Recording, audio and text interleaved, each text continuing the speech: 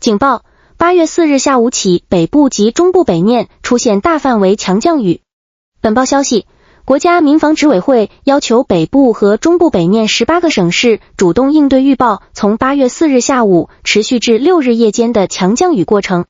国家气象水文预报中心预测，本轮降雨全过程累计降雨量普遍为100至200毫米，局地部分地区超过300毫米。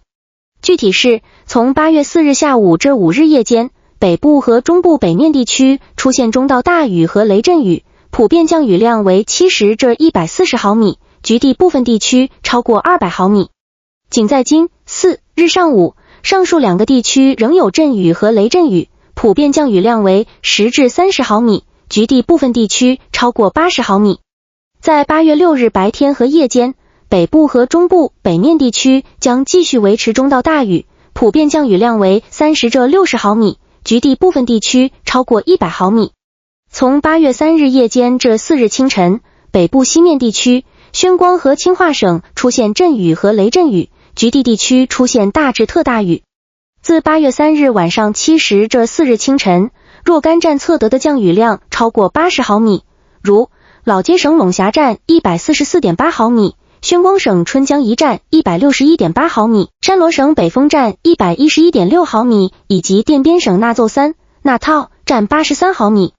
与此同时，南部气象水文台亦预测8月4日南部阳光充足，临近中午和下午阳光渐强，在西宁、同奈和胡志明市中心的部分地区可能出现高温天气。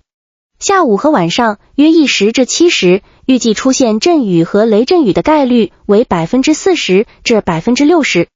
降雨主要为小雨，集中在南部东区和南部西区沿海区域。临潼、西宁、同奈和胡志明市很可能出现超过20毫米的中雨，概率为 10% 至 30%。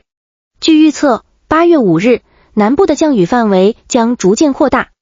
降雨量主要为小到中雨，仅在南部东区局地有可能出现大雨，概率为 10% 至 30%。 白天以晴朗天气为主。从8月6日至8日，南部大范围出现中到大雨的趋势有所增加。记者符后报道。